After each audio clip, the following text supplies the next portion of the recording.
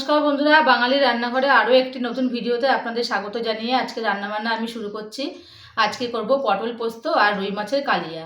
তো পুরো ভিডিওটা আপনারা আমার সঙ্গে থাকুন। পটল পোস্তর জন্য এবার পটলটাকে আমি কেটে নেব।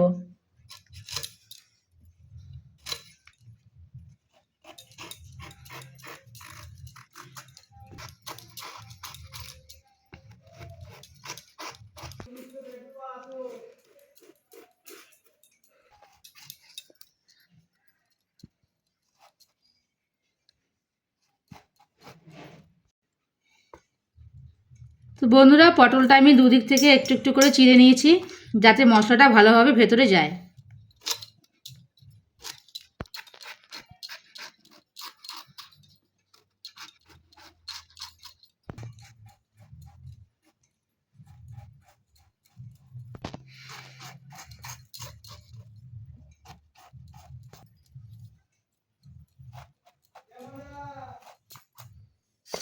পেঁয়াজটা এবার কেটে নিচ্ছি।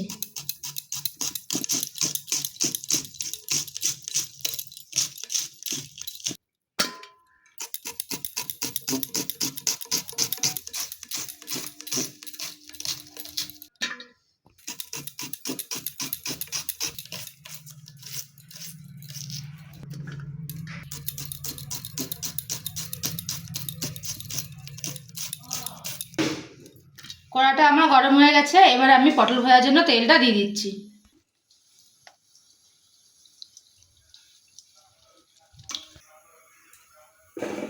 তেলটা গরম হয়ে গেছে, এবার আমি পটলগুলো ছেড়ে দেবো।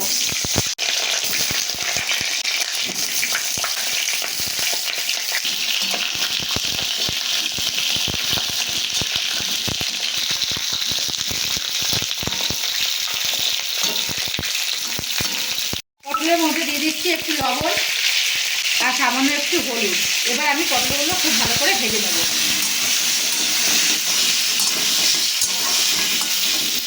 পটল পোস্তর জন্য আমি নিয়ে নিচ্ছি কাঁচা লঙ্কা, খানিকটা গোটা সর্ষে আর কিছুটা পোস্ত।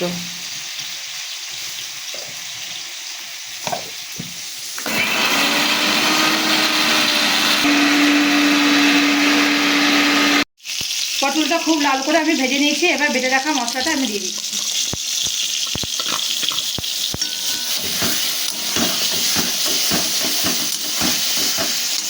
দিয়ে দিচ্ছি সামান্য একটু লবণ, যেহেতু আগে আমি লবণ দিয়ে ভেজেছি পটলগুলো, আর সামান্য একটু হলুদ।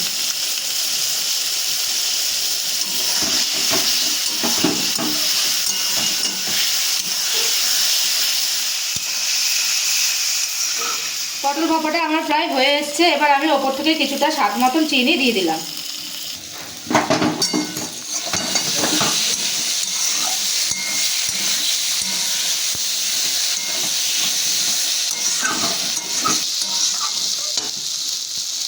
পটল পোস্তটা আমার হয়ে গেছে, এবার আমি নামিয়ে নিচ্ছি।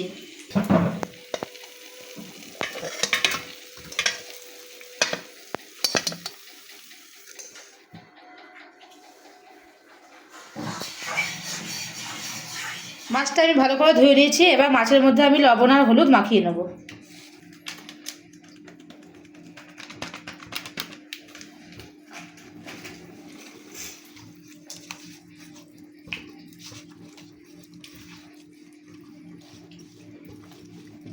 কড়াইটা গরম হয়ে গেছে, এবার আমি মাছ ভাজার জন্য তেলটা দিয়ে দিচ্ছি। তেলটা গরম হয়ে গেছে, এবার আমি মাছগুলোকে ভেজে নিচ্ছি।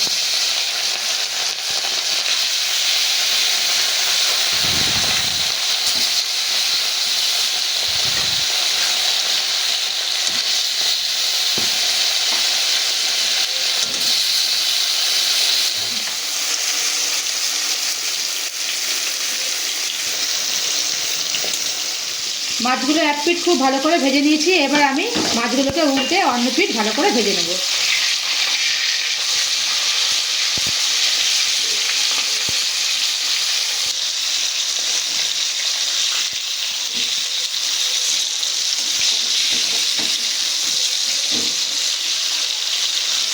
মাছের কালিয়ার জন্য মশলা দিয়ে দিচ্ছি গোটা জিরে, আদা কুচি, রসুন কুচি, গোটা শুকনো লঙ্কা আর গোটা গরম মশলা। দিয়ে দিচ্ছি পরিমাণ মতন জল।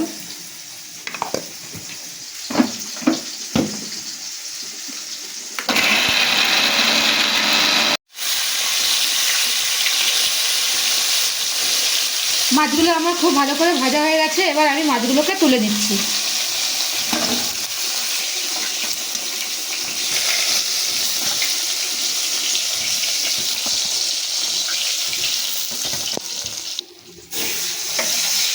ফোড়নে দিয়ে দিচ্ছি জিরে, এবার দিয়ে দিচ্ছি কেটে রাখা পেঁয়াজ।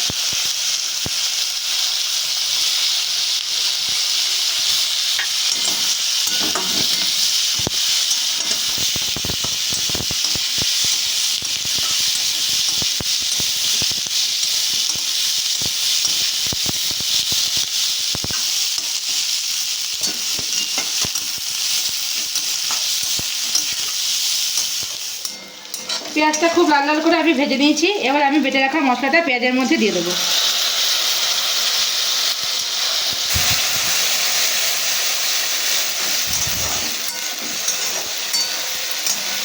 স্বাদ মতো লবণ আর হলুদ গুঁড়ো।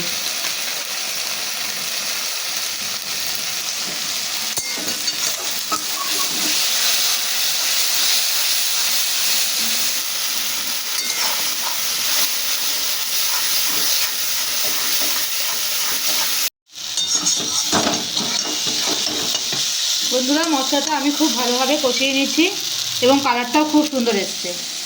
এবার আমি জলটা দিয়ে দিচ্ছি।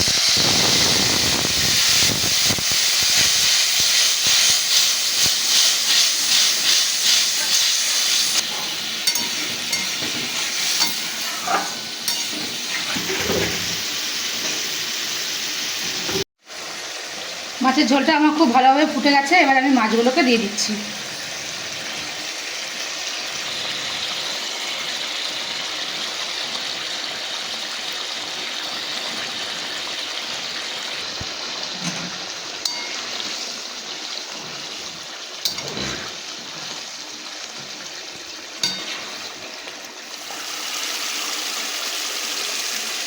মাছের কালিয়াটা আমার পুরো রেডি হয়ে গেছে, এবার আমি মাছের কালিয়াটাকে নামিয়ে নেব।